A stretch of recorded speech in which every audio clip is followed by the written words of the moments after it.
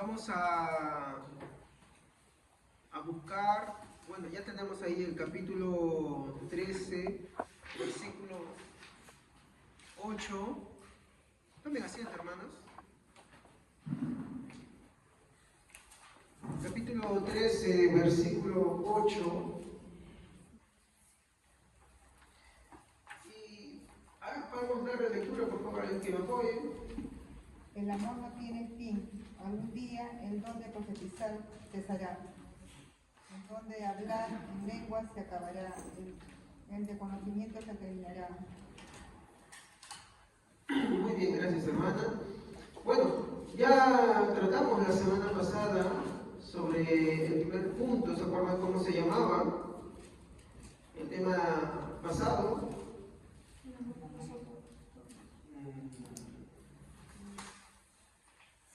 A ver, acuérdense. Nunca deja de ser. El amor nunca deja de ser. Bueno, ¿no? Entonces, pues continuamos, ahí donde nos quedamos, sobre por qué el amor nunca deja de ser. Yo sé que la religión, pero nosotros solamente habla del amor. Bueno, ¿qué quieren que diga? El énfasis de la solución a los problemas de Corintios era el amor, ¿no?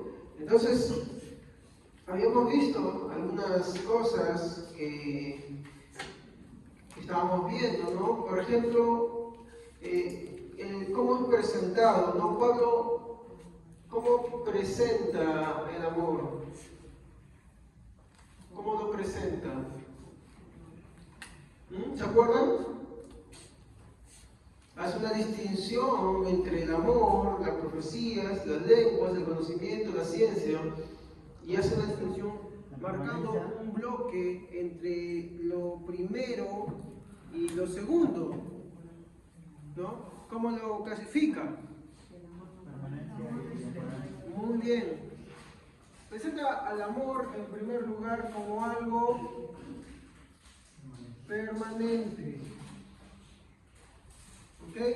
Entonces lo vamos a ver ahí como algo permanente. Al hablar de que algo es permanente, no solamente es que apareció en un solo punto y continuó y no para, no, porque entonces estaríamos diciendo que ese amor, pues, apareció en determinado momento, y no es así, puesto que el amor también es presentado como atemporal.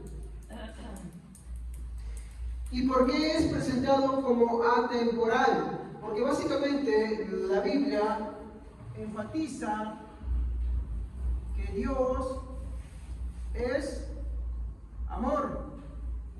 ¿Ok? Entonces, cuando nosotros estudiamos, vemos que el amor, ¿qué cosa es? Es un atributo. ¿Ok? Y no debemos cometer el error de mezclar o confundir, ¿no?, el amor divino con el amor humano. Es cierto, de Dios procede, pero hay una gran diferencia, ¿no? Y es que el amor al estilo divino tiene un alto estándar. Nosotros podemos decir, oh sí, cuánto te amo, cuánto te quiero, amorcito, amorcito, qué sé yo, tantas cosas, pero carece de demasiadas deficiencias. No se compara al alto estándar que la Biblia pone sobre el amor. Entonces, déjame nomás, no voy a poder porque tengo con los pulmones. No se compara, no sé si se falta cargar o está descargado. Siempre hay que chequear eso, por favor. Entonces, el amor al estilo divino tiene un alto estándar. Estuvimos viendo bien, ¿no?, que todo lo soporta, todo lo sufre, todo lo espera, todo lo cree. Y cuando nosotros vemos eso en nosotros, entonces vemos que el amor, mi hermano, al estilo divino es totalmente diferente. Ahora, podemos refugiarnos bajo las palabras, bueno, pero es que ese es el amor al estilo divino. Es que acá hay un tema. Dios llama a que repliquemos eso, por eso es un estándar. Entonces, lo que Pablo quiere decir, mientras que los corintios se iban preocupando por cosas temporales, por cosas superficiales, como que si alguno era discípulo de Apolo, de Pablo, si alguno se creía muy espiritual porque de repente se permanecía en soledad, o porque si alguno de repente se creía muy espiritual por estar casado, o porque si alguno se creía muy espiritual por tener el don de lenguas, de profecía, etcétera, etcétera, etcétera, o porque si alguno se creía muy espiritual y bendecido porque tenía más posesiones, o incluso por los que eran pobres se sentían más espirituales y cerca de Dios, malinterpretando el hecho de que el reino de los cielos es de los pobres de espíritu, ¿no? Entonces, todas estas equivocaciones, no son las únicas, ¿eh? Todas esas equivocaciones, todos estos errores muestran, mi hermano, cómo es que el amor prima por encima y lo que ellos malentienden como amor está equivocado. Por eso no podemos humanizar este tipo de amor. Es un estándar. Entonces, cuando nosotros vemos el estándar que no podemos llegar, el creyente que cree en Cristo, el creyente cristocéntrico, el creyente bíblico, lo que va a hacer es ir a la palabra de Dios. Y la palabra de Dios le va a arrojar, ¿qué cosa? Que separado de ti nada podemos hacer. Que todo don perfecto proviene de ti. ¿Me comprenden? No es una excusa para decir, bueno, eso lo presentó el Señor. No, ese es el estándar que pide de nosotros. Entonces nos confronta con la pared y nos muestra en un aspecto que no quisiéramos ver muchas veces, que es el aspecto de la incredulidad y de querer engañarnos a nosotros pretendiendo ser creyentes cuando no aspiramos a ese estándar. ¿Me dejo entender? Entonces sí, mi hermano, aunque vemos todas esas perfecciones en Cristo, el Padre quiere que imitemos a Cristo, quiere que sigamos ese estándar. Y al ver que por uno mismo no puede, inevitablemente, como dije, el creyente bíblico va a ir a decirle al Señor, Señor, separado de ti, nada puedo hacer. Escuchamos una reflexión muy linda, ¿no? Cuando de un pastor que decía, ¿no? Cuando la Biblia dice, ¿cómo es que el pensamiento, humanista, corrompe las escrituras? Cuando la Biblia dice, por ejemplo, hijo mío, dame tu corazón, entonces inmediatamente uno dice, bueno, le voy a dar mi corazón al Señor, ¿sí o no? Pero no, el creyente cristocéntrico, el creyente bíblico, lo que va a decir es, ¿qué cosa? Tengo un corazón de piedra, dame un corazón de carne. ¿Se dan cuenta? Entonces, ¿cuál es el error de pensar de que uno mismo, de por sí mismo, lo va a hacer? Uno mismo no lo puede hacer. La solución al problema del hombre que tiene con Dios no lo va a encontrar en uno mismo. No va a estar en uno mismo, la respuesta no va a estar en uno. Entonces, no cometamos el error de pervertir el amor con los conceptos humanos. El amor, mi hermano, que la Biblia nos muestra, tiene un estándar muy alto. Y es un estándar muy alto que Dios demanda, pide. No te dice a ti que es una opción, que si tú quieres lo dejas y si no quieres no lo dejas. Dice, ¿no? Mencionamos varios textos en los cuales decía, ¿no? Hijitos, amados los unos a los otros. El que no ama a su hermano no ha conocido a Dios. Porque Dios, miren cómo dice, no ha conocido a Dios. Sabemos que es la palabra conocer. Tiene una implicación de intimidad. Entonces uno puede vivir engañado toda su vida, pero uno tiene que entender que ese es el estándar que Dios te pide. Y al ver la imposibilidad uno tiene que ir y acudir al que puede darlo. ¿Ok? Muy bien, entonces, por favor, no pervirtamos ese concepto del amor. No es el amor humano, no es el amor filantrópico, mucho menos el amor de pareja. No, por favor. ¿Ok? No es. Las profecías. Vamos a ese segundo punto, ¿no? Ya quiero terminar con esto, ¿no? Todo lo que hay en el hombre, incluso la acumulación de su experiencia, tenemos que entender que es temporal. Al hablar que algo es temporal, estamos diciendo que es finito. ¿Ok? ¿Por qué? Por ejemplo, una persona que se dedica toda su vida a trabajar, acumulando dinero y posesiones, ¿por qué decimos que es temporal y finito? Porque se puede morir y nada se lleva. Para que sea perenne, tiene que ser, que tendría que poder llevárselo, ¿no? Por ejemplo, los faraones, incluso los incas, pensaban que cuando ellos se morían, iban a la vida con todas sus posesiones. Por eso, si morían con esclavos, esposas, guardias, ellos se mandaban con todos y morían todos, moría el faraón y hay de quienes se casaban con ellos, hay de sus guardias, hay de su gente de confianza, ¿no? Y con sus tesoros. Por eso cuando ven las pirámides hay varias momias, no hay una sola momia, y hay tesoros. ¿Por qué? Porque ellos pensaban que se iban a la otra vida con todo eso. Es más, ¿no? Por ejemplo, los egipcios creían que era algo terrible que un cuerpo quedara deshecho en la tierra, ¿no? Porque si no, ¿cómo ibas a pasar a la otra vida? Tenías que ir enterito. Y por eso ellos se preocupaban mucho de la momificación. ¿Para qué? Para que vayas completito a la otra vida. Nos damos cuenta de eso. Entonces, vemos que no sucede así. Ninguno de ellos se puede llevar ni un solo gramo de oro, ni un solo gramo de riqueza, ni un solo gramo de posesión. Hasta el amor que entre parejas uno se puede jurar eterno se acaba con la muerte, ¿sí o no? ¿O me equivoco? Se acaba con la muerte. Por eso Jesús dijo, ¿no? No hagan tesoros aquí en la tierra, donde el ladrón hurta, ¿no? Perdón, ¿cómo es? ¿Cómo es el tesoro? ¿Ve? Si no hagan tesoros en el cielo, ¿no? Donde ninguna de esas cosas hay. La mejor forma de tener algo perenne es tener el amor al estilo divino, al estilo de Dios. Y ahí sí las cosas son perennes. Continuamos. Las profecías, ¿no? La primera comparación que vemos se hace entre el amor y la profecía. Entonces nosotros vemos acá algo. Primero, se ve el amor como algo perenne. No, perdón, permanente. ¿Ok? Y las profecías, ¿cómo se le ve? ¿No?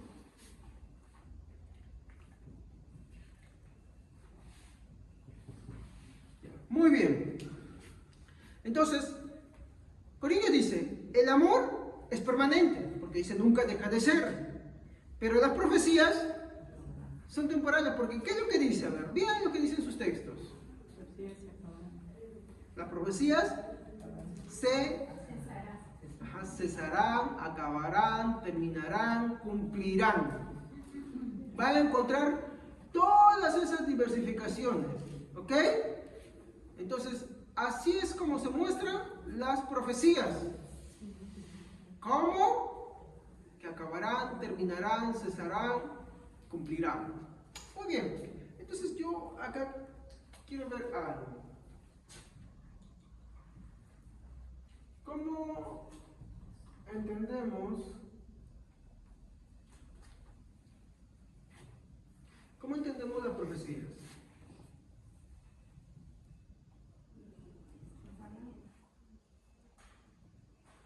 ¿Cómo? Su palabra. La Biblia. Yo estoy diciendo cómo lo entienden ustedes. Algo que va a pasar, que va a cumplirse. Cuando nosotros vamos al griego, tanto como en el hebreo, y nosotros empezamos a buscar qué dice el significado de profecías, vamos a encontrar una composición, ¿ya?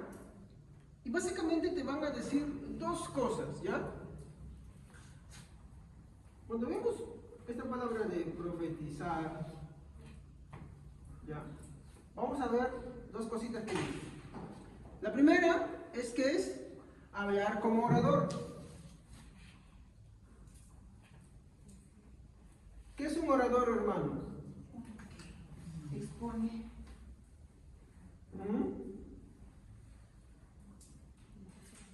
¿Qué es un orador?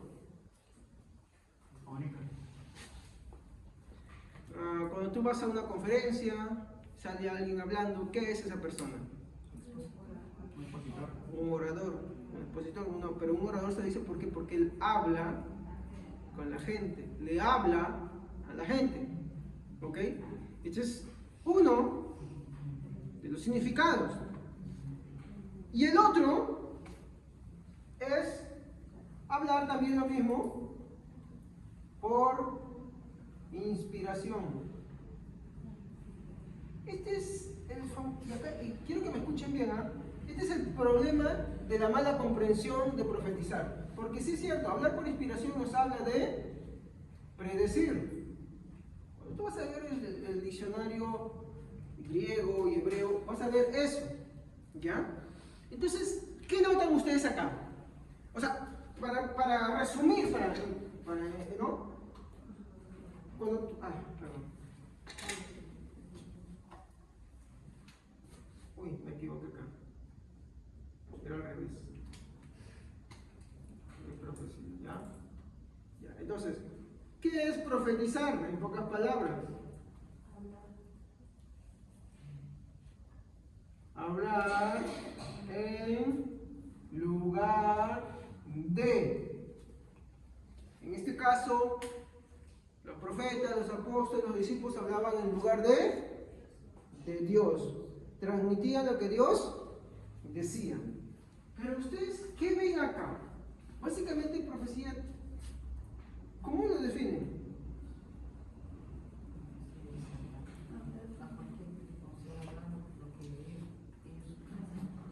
Fíjense en esto. La inspiración. ¿Cuántas formas de hablar ven ahí? Sí, muy bien, hay dos. ¿Ya? Hay dos formas de hablar. Entonces, perdón, aquí vamos a ver el primero. ¿No? Y esto lo he puesto de esta manera. Profecía, miren, atento un poco a esto porque acá le va a resolver algunos de los problemas que ustedes van a encontrar siempre cuando conversen con la gente. Profecía como revelación.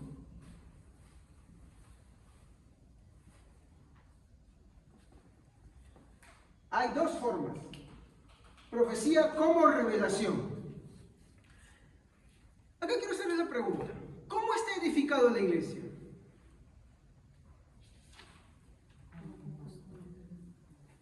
Para esto vamos a ir a Efesios 2:20.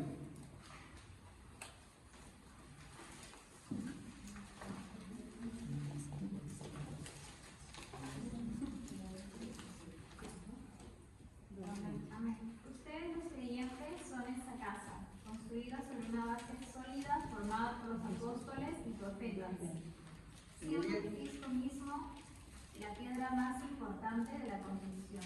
Muy bien. ¿No? Acá dice construcción. A ver, otra versión. ¿Qué más dice? Hay una versión al final que yo quiero tomar, pero... Edificados sobre el fundamento de los apóstoles y profetas, siendo la principal piedra del ángulo Jesucristo mismo. Muy bien, otra versión. Hay una es palabra para todos, la otra es Reina Valera. ¿Qué otra versión encuentran ustedes por ahí? Traducción vivientes. Juntos constituimos su casa, la cual está edificada sobre el fundamento de los apóstoles y los profetas, y la piedra principal es Cristo Jesús mismo. Muy bien. Y si seguimos buscando más versiones, vamos a encontrar que la iglesia está edificada bajo el fundamento de ¿quiénes? Apóstoles y profetas.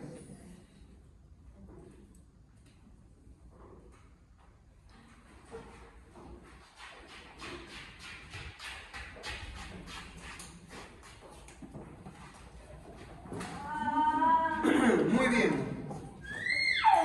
Entonces,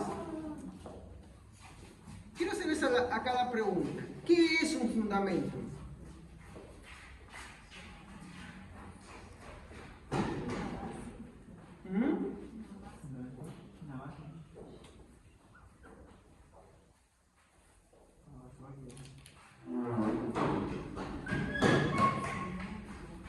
Vamos a borrar este de acá porque vamos a hacer espacio.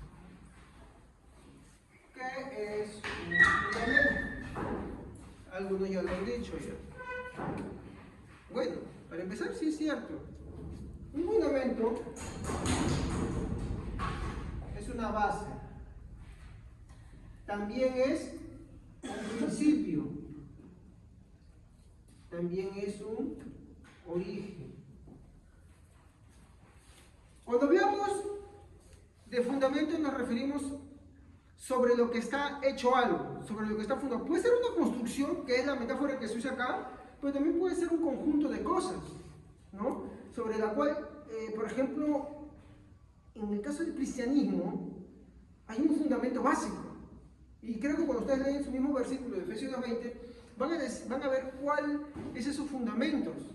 Y esos fundamentos tienen una piedra principal, pero también tienen una estructura. ¿Ok?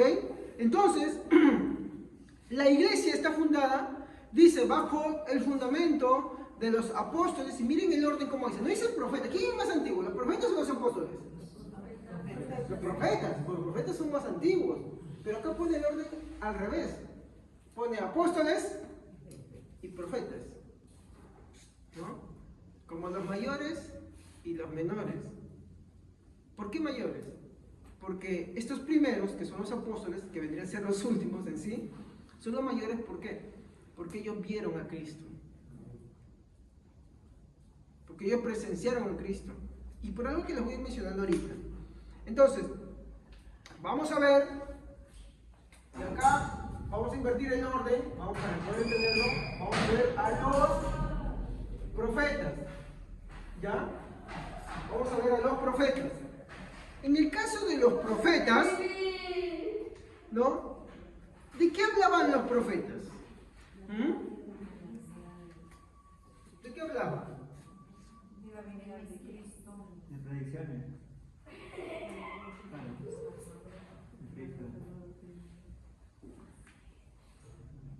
Los profetas tenían dos mensajes. Ellos hablaban al pueblo y también otras veces predecían. Pero todo ese mensaje siempre estaba vinculado a algo. Y era esto. Muy diferente a lo que hoy día los susodichos profetas que aparecen hoy te hablan de muchas cosas, ¿no? Te hablan de la prosperidad, otros son fatalistas, que se acerca el fin del mundo, que se acerca un huracán, que se acerca un terremoto, y bueno, una crisis, que se muere tal persona, otro dice que te va a ir muy bien, que este año va a ser prosperidad, que la puerta de los cielos se te abre, tantas cosas, hay diversidad de todas esas cosas. Pero te notas de algo, ellos no hablan de Cristo. Ellos no hablan de Cristo. ¿Te acuerdas ahí de un texto que compartí? De Éxodo. Creo que sí, no sé, por favor. Sobre el profeta y soñador. Ya todavía no lo digas, cuando lo encuentres, me avisas. Muy bien. Continuamos. Entonces, ¿cómo podemos darnos cuenta de esto? Por ejemplo, vamos a ver Isaías 9:6, uno clarito, Isaías 9:6.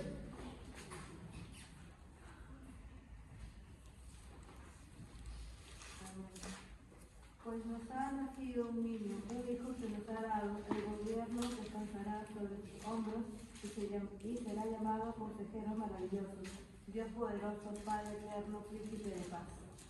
Isaías 53, 4 al 6. Cuatro al 5, perdón, me equivoqué.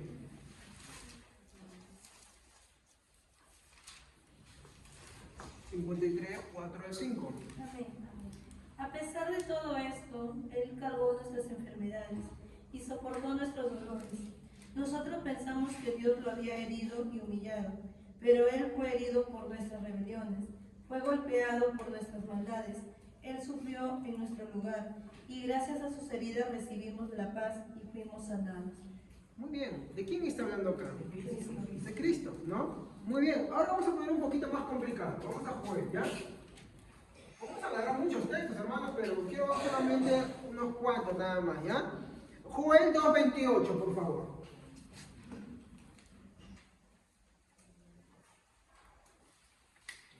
Vamos a Joel 2:28.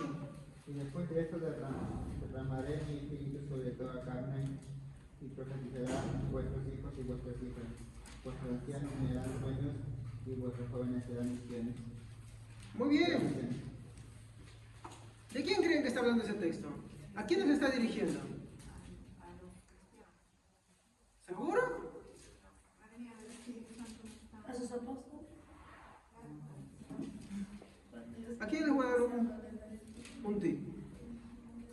Mucho se ha creado la doctrina cierta dentro del movimiento pentecostal para afirmar la doctrina de los famosos soñadores, de los famosos vedores de visiones, que hablan en nombre de Dios. Mira, yo me he soñado esto.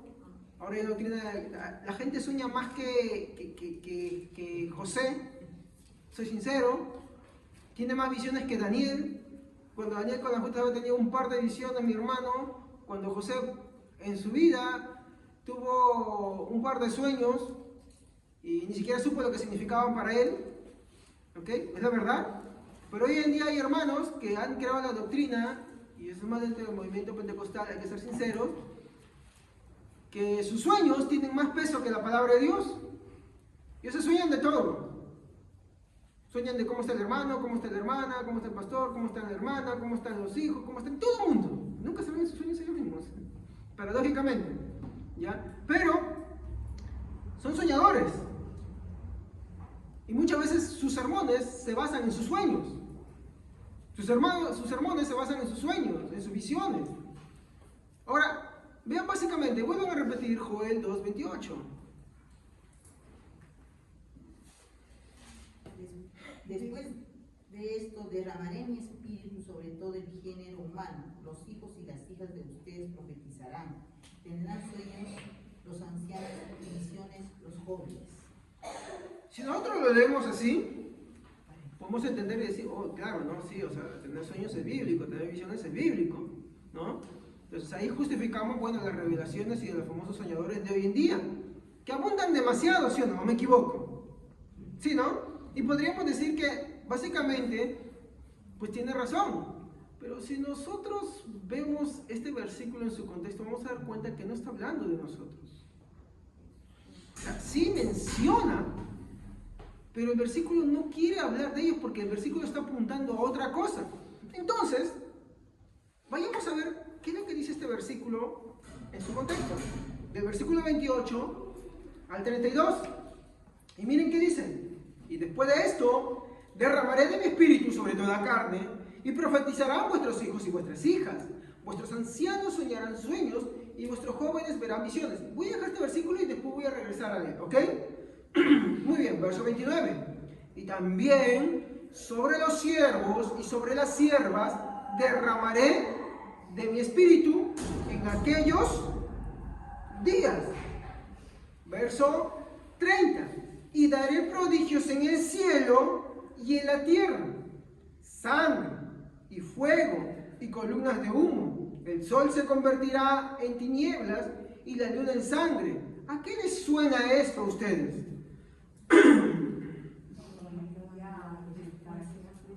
¿Ah? ¿Cómo?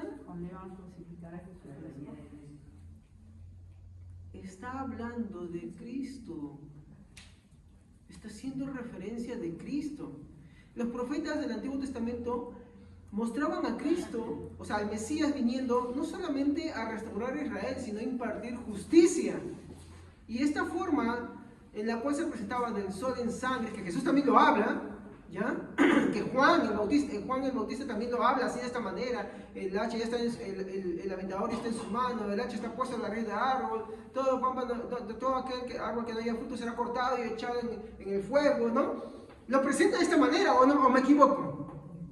Y los profetas del Antiguo Testamento también lo presentan de esa misma manera. Y si usted continúa leyendo, se va a dar cuenta que dice de la siguiente manera: antes que venga el día grande y espantoso de Jehová, y todo aquel que invocare el nombre de Jehová será salvo, porque en el monte de Sión y en Jerusalén habrá salvación, como ha dicho Jehová, y entre el remanente al cual él habrá llamado. Puesto creemos en el llamamiento, en la elección de Dios, porque Él es el que llama. Pero ahora, pregunto, ¿de quién está hablando este texto? ¿A qué está apuntando todos los versículos?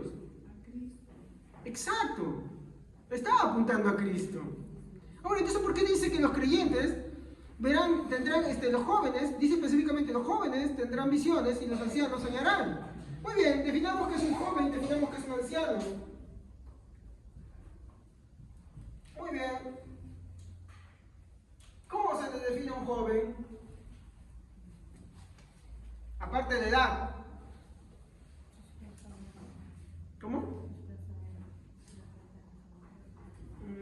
No, con una diferencia marcada entre el joven y el anciano. Aparte, algo más físicamente. Cuando tú vas avanzando en edad, ¿cómo te sientes? Más cansancio. ¿Sí o no? Menos fuerza, menos capacidad física. Sí, es cierto, tienes algunas capacidades intelectuales mayores, más afinadas, es cierto, porque los años te dan esas cosas, de verdad, ¿ya? Pero hay una diferencia, sí, es cierto. ¿Me equivoco o no me equivoco? Entonces uno ya va perdiendo masa muscular, va perdiendo fuerza, va perdiendo intensidad, muchas cosas. Eso es así. Es inevitable. Entonces, al joven siempre se le reconoce por alguien que tiene energías, o me equivoco, ¿no? Pero aún así ya, cuando ya pasa la cúspide de la juventud, como que ya va bajando, va bajando, va bajando. Y lo que antes creía que podía hacer, ya no lo puede hacer. ¿Me equivoco? Mientras que un anciano es diferente, un anciano en fuerzas ya es menor en fuerzas, ¿no? Muy bien.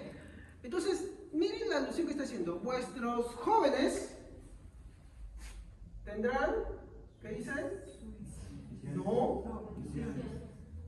Si aplicamos esto literalmente, entonces tantos jóvenes que aparecen y digo, oh, me he soñado, entonces no tendría nada de razón, ¿sí o no?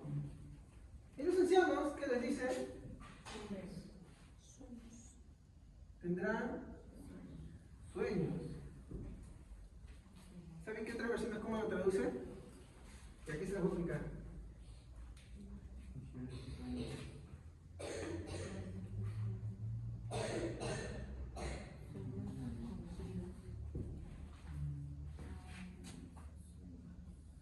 Muy bien. Joel 2, ¿de quién está hablando?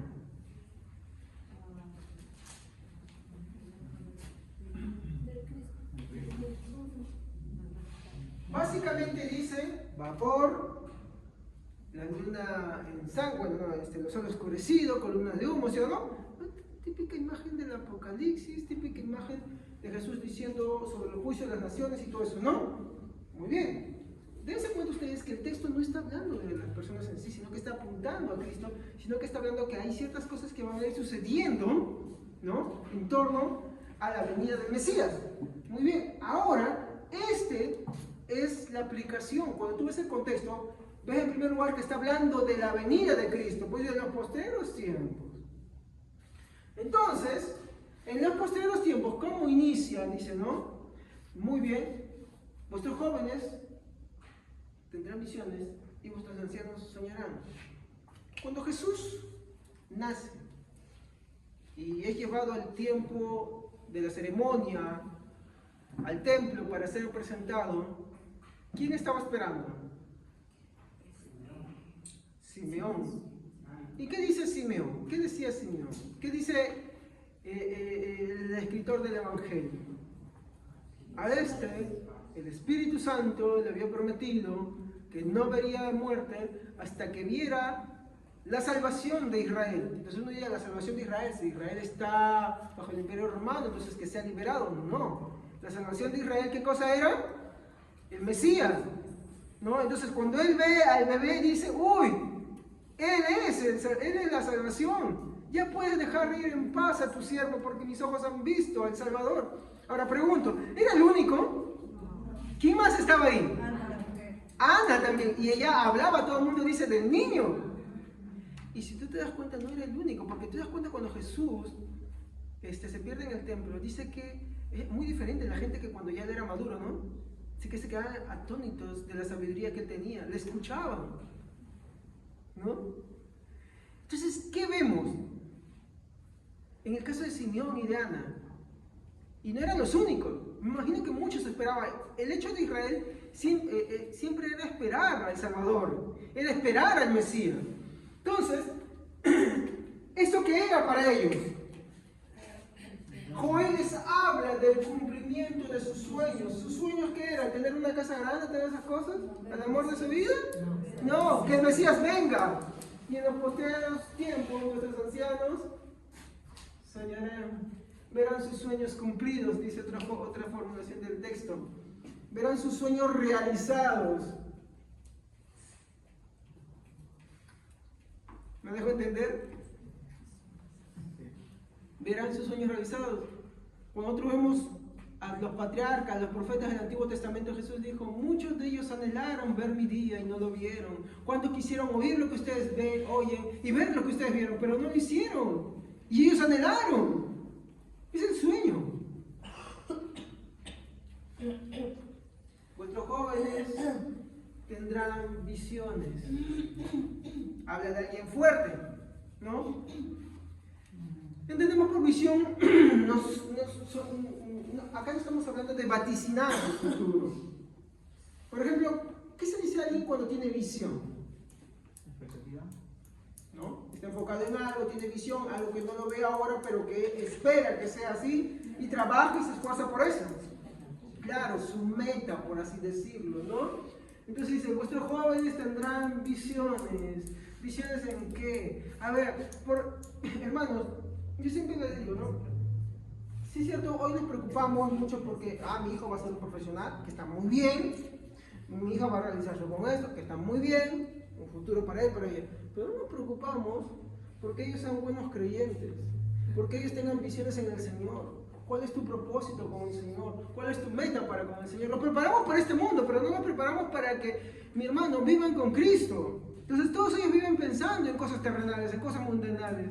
No estoy diciendo que esté mal tener una profesión, que esté mal casarse, que esté mal tener objetivos en esta vida. No digo que esté mal, pero yo pienso que está mal cuando eso es lo primero en tu corazón. ¿Me dejo entender?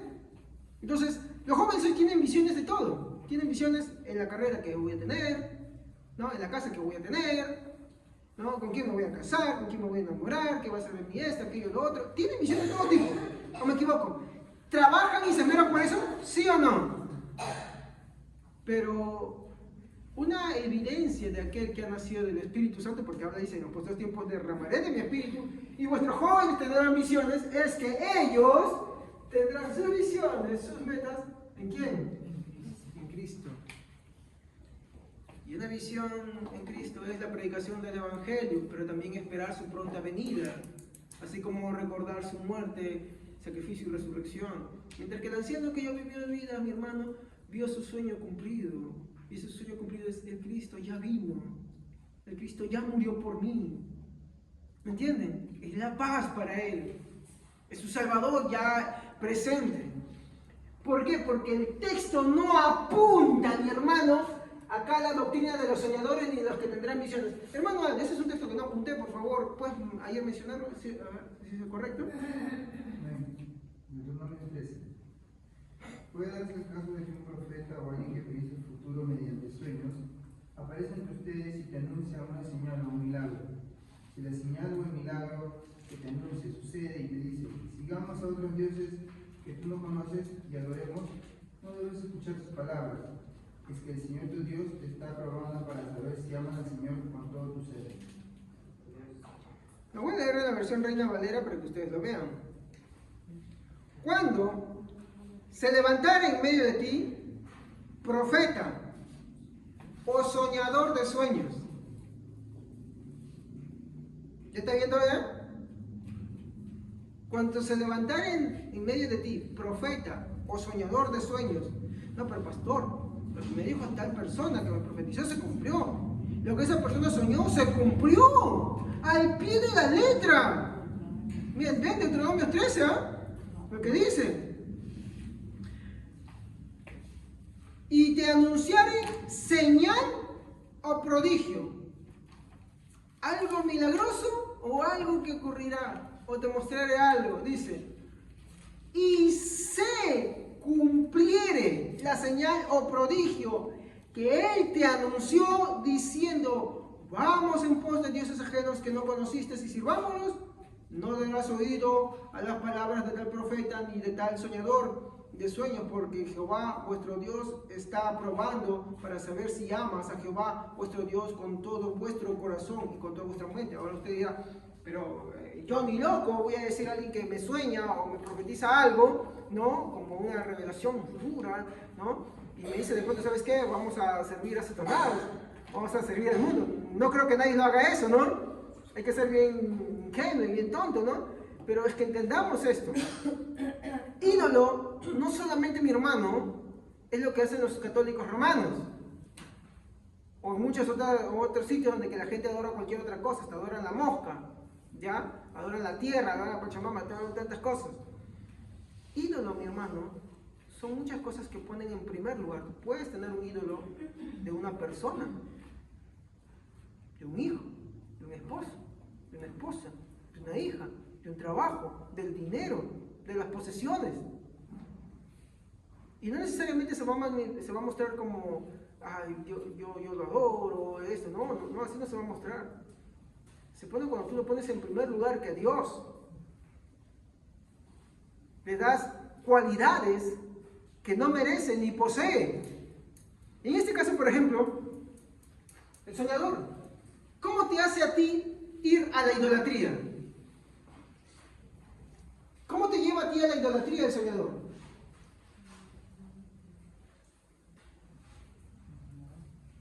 Básicamente, te hace fijarte en sus sueños y no en la palabra de Dios. Eso es idolatría.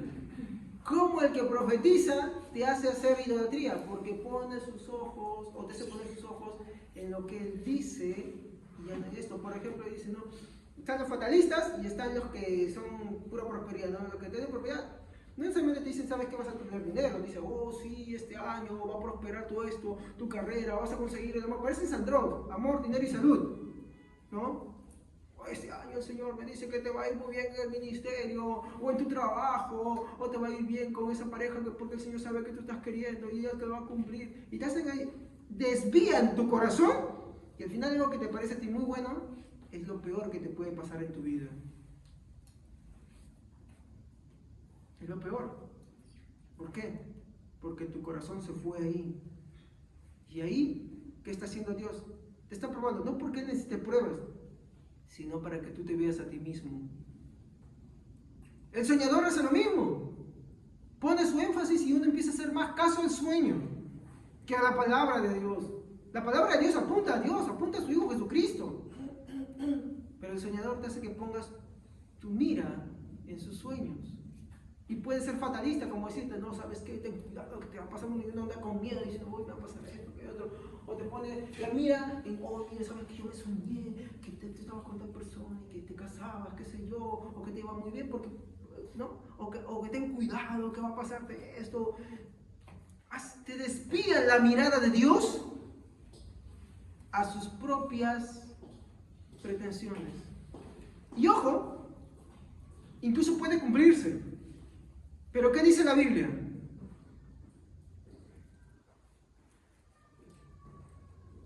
¿Qué dice la Biblia? Pues tú puedes decir, dame, y Dios te lo da. Pero ¿qué dice la Biblia acá? Ten cuidado. Mira.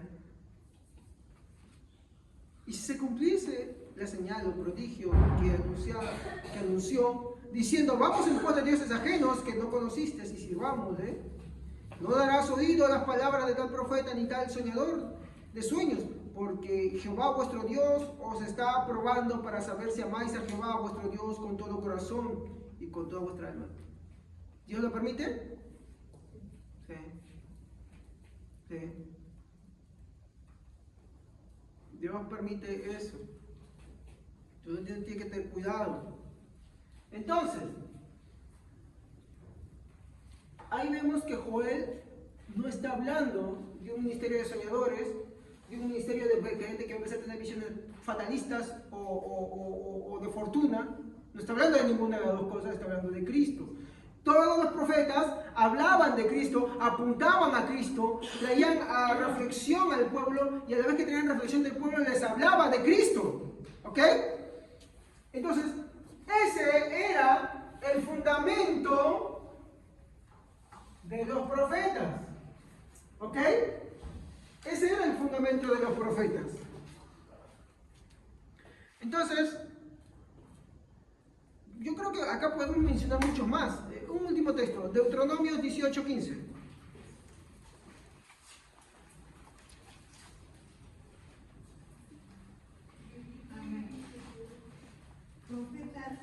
Profeta en medio de ti y de tus hermanos, como yo te levantaré. ¿Dice 15, no? Sí. Profeta en medio de ti, de tus hermanos, como yo te levantará Jehová tu Dios. A él oiréis, como yo, a él oiréis. Muy bien, así también. Entonces, ¿de qué hablaba Moisés? De Cristo. Exacto. Todos hablaban de Cristo. Todos apuntaban de una forma o de otra forma, apuntaban a Cristo. Ese era el fundamento de los profetas. Ahora, el fundamento de los apóstoles. Ahí tienen un versículo para todos los que proveen el ministerio de soñadores y visioneros. ¿Ok? ¿Ya? Muy bien. ¿Qué hicieron los apóstoles? Ellos, hermanos, testificaron.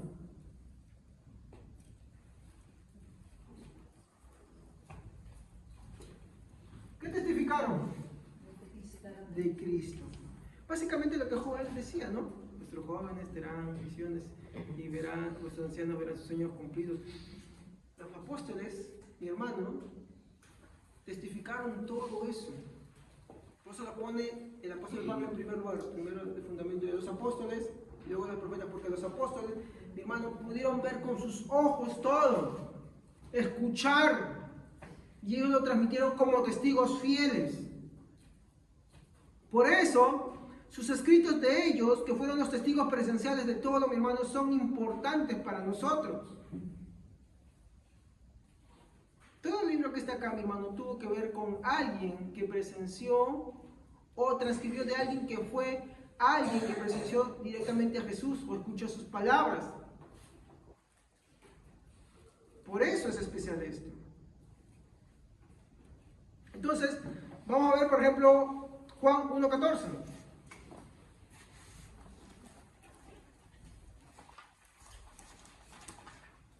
¿Quién más puede leer? A ver.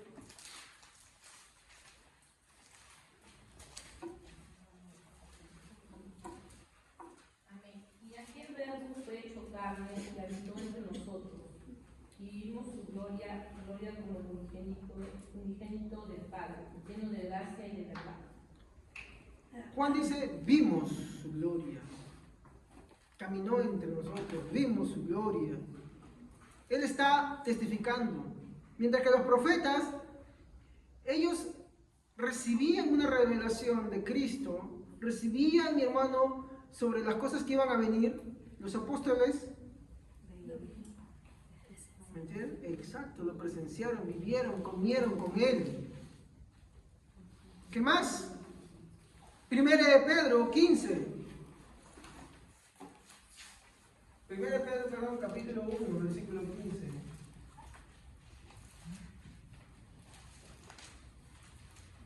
Pero ahora sean santos en todo lo que hagan, tal como Dios, quien los eligió, es santo. Primera de Pedro 1:15. Sí. Dice, sino como aquel que él llamó, y santos es también nosotros santos en toda vuestra manera de vivir. A ver, tengo un momentito ya.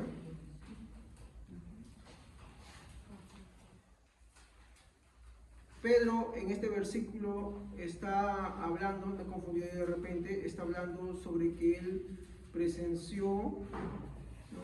Sino como así que yo muy claro si está bien lo que están diciendo. Nadie, incluso los profetas quisieron saber más cuando profetizaron acerca de Jesucristo. El versículo, a ver si me ayudan, discúlpenme acá me he confundido yo, habla de que tenemos la palabra profética más segura. Ahí está, con esa parte la encontramos. A ver, ¿quién me puede ayudar? A la cual hacemos bien en atender. El 8.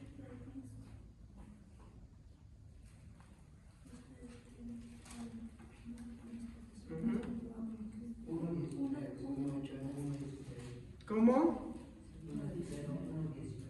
¿Primera de Pedro? Segunda. A ver. Vamos a ver. Segunda de Pedro, 1:19, ¿no? Se me confundí del número. Ya. Entonces vamos a leer así. Segunda de Pedro, perdón. Capítulo 1, versículo 15, por favor. Amén. Así que me esforzaré por asegurarme de que siempre recuerden estas cosas después de que me haya ido. Pues no estábamos inventando cuentos ingeniosos cuando les hablamos de la poderosa venida de nuestro Señor Jesucristo. Nosotros vimos su majestuoso esplendor con nuestros propios ojos, cuando Él recibió honor y gloria de parte de Dios Padre. La voz de la majestuosa gloria de Dios le dijo: este es mi Hijo muy amado, quien me da gran gozo. Nosotros mismos oímos aquella voz del cielo cuando estuvimos con Él en el Monte Santo. Debido a esa experiencia, ahora confiamos aún más en el mensaje que proclamaron los profetas. Ustedes deben prestar mucha atención. No, hasta ahí nomás, solamente hasta el versículo 18. Del versículo 15 al versículo 18, lo que nosotros encontramos, ¿qué cosa es? Es el testimonio de Pedro, que presenció ¿qué cosa? La transfiguración de Jesús. ¿Se acuerdan donde aparece Elías y Moisés? Ya, muy bien. Eso es lo que él está testificando. Él está diciendo, nosotros lo vimos. Entonces, los apóstoles, mi hermano, tuvieron el rol de testificar de Cristo, pero es cierto, ellos también hablaron sobre otras cosas, sobre su segunda venida. Entonces, también ellos estaban teniendo lo que se llama revelación. Ahora, ¿se acuerdan de Deuteronomio 18:15? ¿Ya? ¿Por qué le digo que testificaron? Ahora, si nosotros vamos a Hechos, capítulo 3, versículo 21 al 25, ¿qué dice? Hechos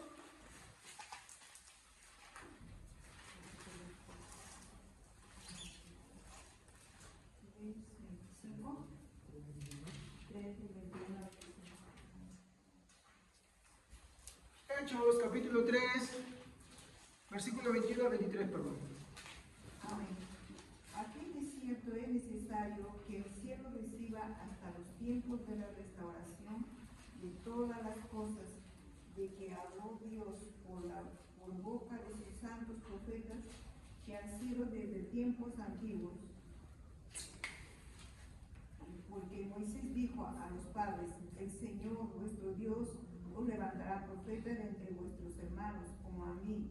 A él oiréis en todas las cosas que os hable. Muy bien.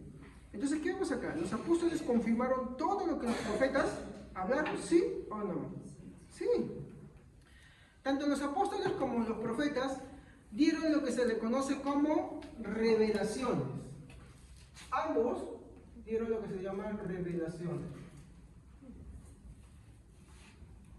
¿Cómo se le conoce a estas revelaciones? También se le conoce como profecías. Sí, hermanos. Es que profecías tienen dos sentidos. En su significado primario es revelaciones, pero también tiene otra más. ¿Ok? Entonces, vamos a volver a leer Efesios 2:20, pero ahora en la traducción del lenguaje actual.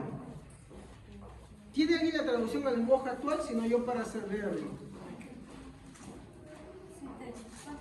Efesios 2:20.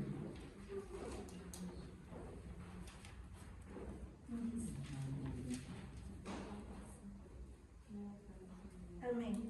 Todos los miembros de la iglesia son como un edificio, el cual está construida sobre la enseñanza de los apóstoles y los profetas. En ese edificio Jesucristo es la piedra principal. ¿Cuál es la enseñanza que los profetas y apóstoles hablaron mediante revelación especial? Jesucristo como fundamento. Jesucristo. Muy diferente a lo que vemos, ¿no? Muy diferente.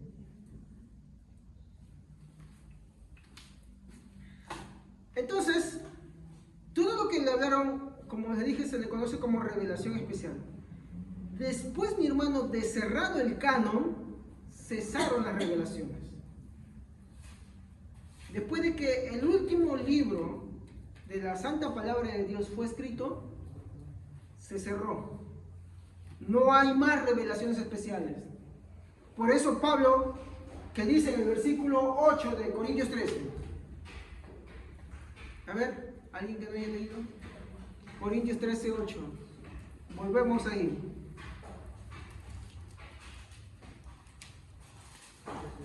El amor jamás se extingue, mientras que el don de profecía cesará. Muy bien, hasta ahí nomás, porque solamente estamos viendo la profecía. El don de profecía cesará.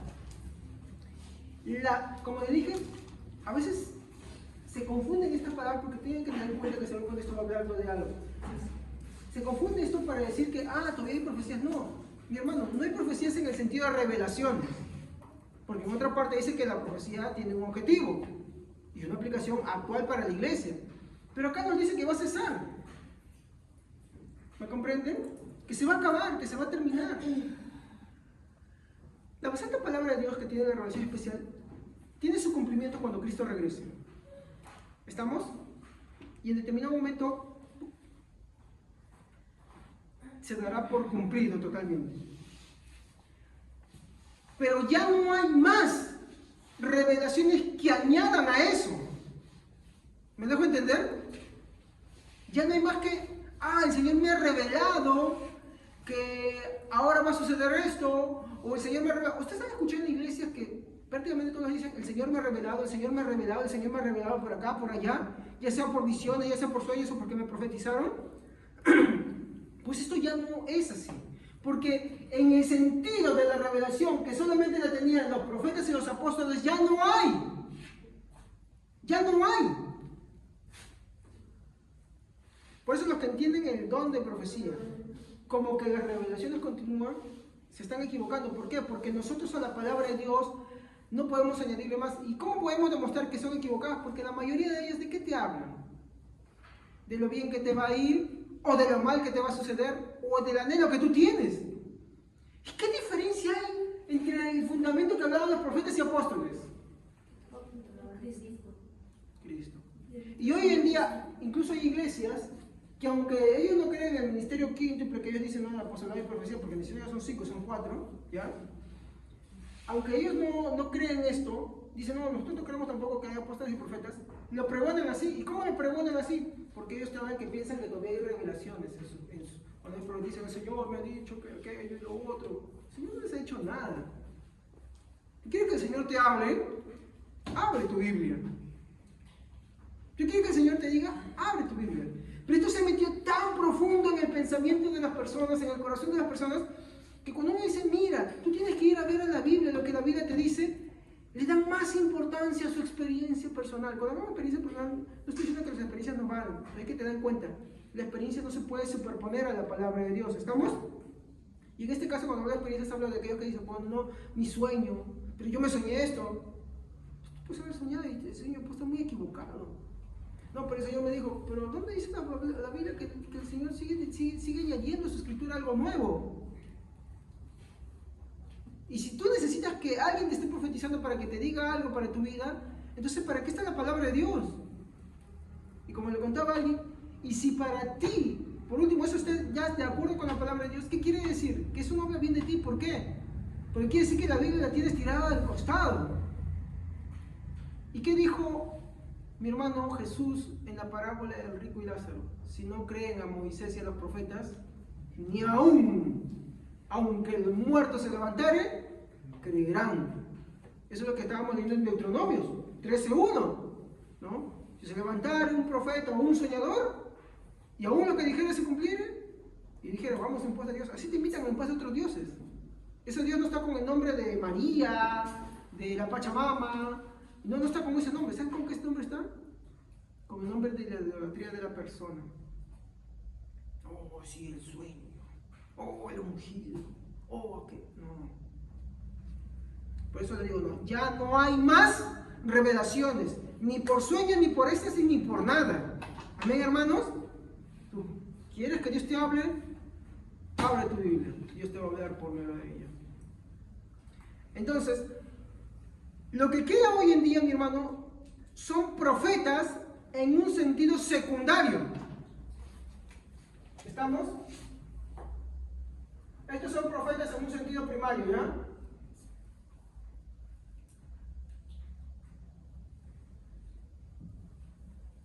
Que tenían, ¿qué cosa? Revelaciones. Pero hoy ya no hay ellos, ya. Hay profetas en sentido secundario. Estos profetas no tienen revelaciones. No tienen revelaciones. No tienen esos sueños. No tienen esas visiones. ¿Sabes qué tienen? Iluminación de la palabra de Dios. ¿Qué es iluminación de la palabra de Dios? Que cuando tú profundizas en ella, cada vez vas entendiendo más la palabra de Dios. Vas profundizando bajo la guía del Espíritu Santo más la palabra de Dios. Y dices, oh, mira esto, qué riqueza el valor de la palabra de Dios. Te apunta a ver tu condición de pecado y te muestra a Cristo como la solución, como la salvación. Te lleva más a Él. ¿Me entiendes? Eso es la iluminación de la palabra de Dios. No hay revelación. Esto lo vemos en 1 Corintios 14:3.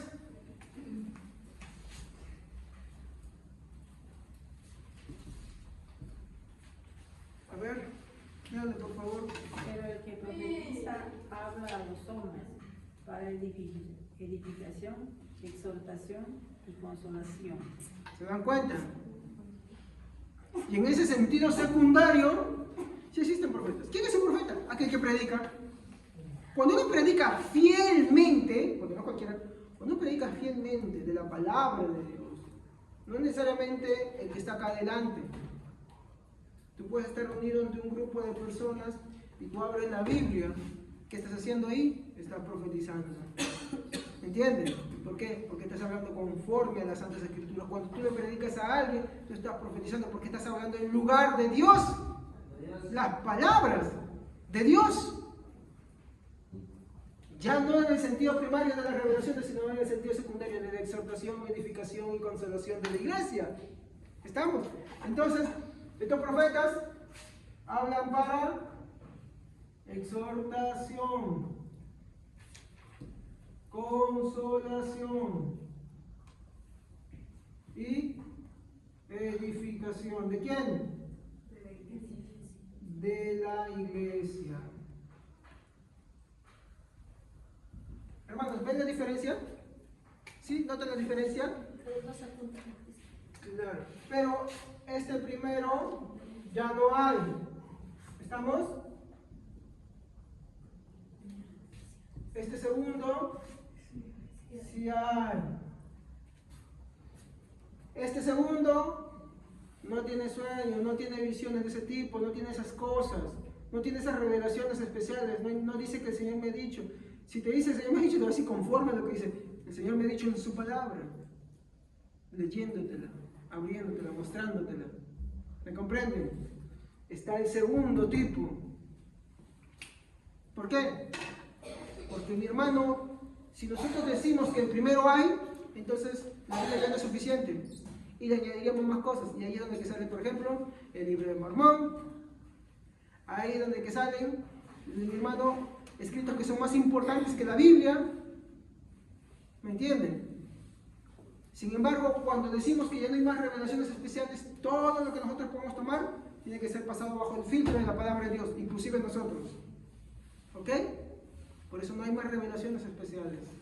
Ya no existen más. Todo aquel que empieza por revelaciones al final termina tomando el lugar de Dios. Y así te llevan a la idolatría. Entonces, ¿qué entendemos de todo esto? Que 1 Corintios 13:8 dice que no hay más revelaciones especiales, porque lo que hoy, mi hermano, vemos, ¿no? O lo que vemos en muchos, mi hermano, diciendo el Señor me ha revelado o me dio un sueño revelador, es falso. Con pretensión hablan. ¿Yo para qué necesito que alguien venga así? Para eso tengo la palabra de Dios. Tengo la exposición de la santa palabra de Dios. Y eso que tampoco no que escucha cualquier persona. Tiene que hablar conforme a las palabras de Dios. Su predicación no tiene que estar basada en solamente contar anécdotas. No siempre puede contar de vez en cuando anécdotas. Puede enriquecerla con algunas cosas, pero no puede ser ese el centro. Hay predicaciones que solamente son cuentos de testimonio, testimonio y testimonio, y al final nada de palabra de Dios. Entonces, eso también es idolatría al final. Pues yo no creo que sea correcto, mi hermano, una predicación así. Cierto que puede haber un fragmento para enseñar algo, de uno que cuenta una anécdota que pasó en su vida, sí, cierto, para dar una aplicación, perfecto, pero eso no puede ser el centro es Cristo, ¿no? Entonces, 1 Corintios 13:8 nos muestra como enfoque, ¿no?, que el amor es permanente, las profecías no. Tienen su caducidad, llegan a su cumplimiento y se acaban. En el caso de la revelación especial, tiene un punto y ahí queda, nada más. Pero el amor sigue continuando. ¿Por qué? Porque Dios es amor. ¿Ok? Entonces, como dije, para esto tenemos el testimonio de las Santas Escrituras, y ellos son la única revelación que necesitamos, que es la palabra de Dios. Las revelaciones, mi hermano, no hablan de prosperidad, no hablan de fatalidad. Las revelaciones actuales, mi hermano, como les dije, son simplemente un fraude, y hay que decirlo claramente, son un fraude, y van a ser un fraude, por eso no presta atención a esto. Más bien Cristo dijo, ¿no?, en San Juan, vayamos a ver a San Juan, ¿no?, 5:39, ¿quién lo puede leer, por favor? Último texto, San Juan 5:39.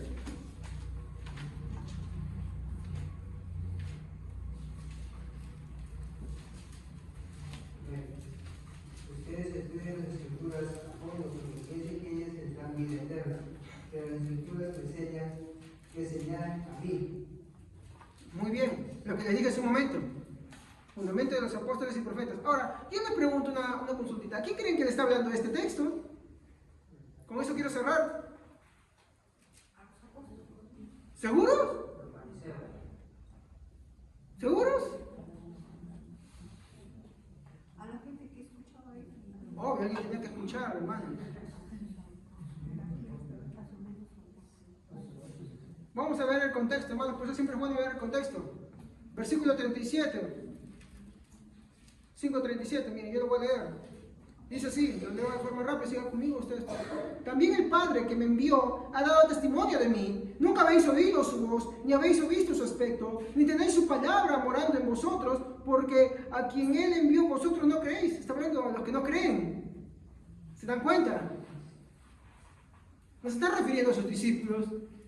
Sus discípulos ya tienen en claro que las Santas Escrituras, los profetas, daban testimonio de Él. ¿Ok? Nos está hablando a sus discípulos. Verso 38, ni tenéis su palabra morando en vosotros, porque a quien envió vosotros no creéis. Verso 39, escudriñad las Escrituras, porque a vosotros os parece que en ella tenéis vida eterna. Es cierto.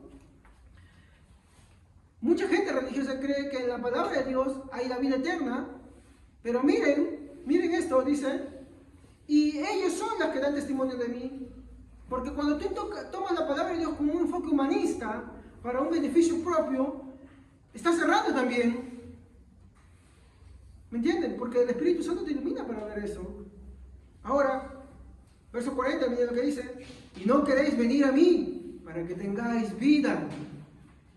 Entonces la Biblia se convierte en un pretexto simplemente para los soñadores, para los que te hablan revelaciones. Por eso hoy en día existen tantas cosas en el cristianismo. Al final no son cristianismo. Parecen cristianismo. Así como los fariseos parecen cristianismo, pero no son cristianismo. Finalizando, dice el verso 41, gloria de los hombres no recibo, mas yo os conozco, que no tenéis amor de Dios en vosotros. Yo he venido en el nombre de mi Padre y no me recibís. Si otro viniera en su propio nombre, a éste recibiréis. ¿Cómo podéis vosotros creer? Pues recibís gloria los unos de los otros y no buscáis la gloria del que viene del Dios único. No penséis que voy a acusaros delante del Padre. ¡Hay quien os acuse! Moisés, en quien tenéis vuestra esperanza. Porque si creyereis a Moisés, me creerías a mí, porque de mí escribió él. Pero si no creéis a sus escritos, ¿cómo creeréis a mis palabras? La Biblia no puede ser un adorno, hermanos, en nuestras casas. La Biblia tiene que ser algo que tenemos que, mi hermano, interiorizar muy profundamente, leyendo y meditándola. ¿Ok? Por eso, como les dije, no hay más revelaciones. No haga caso usted a los sueños, no haga caso a esas personas que dicen que, mira, te profetizo. No, no. Dígale, ¿sabes qué quieres que el Señor te hable? Lee tu Biblia. ¿Ok? Entonces, la exhortación que tenemos, mi hermano, es a atender a sus santas escrituras y no tomar las revelaciones personales de cualquier persona que se oculta bajo el cristianismo. Porque las escrituras hablan que la revelación especial nos hablan solamente de Cristo. ¿Ok? Por eso los cristianos somos, y se lo digo y termino con esto,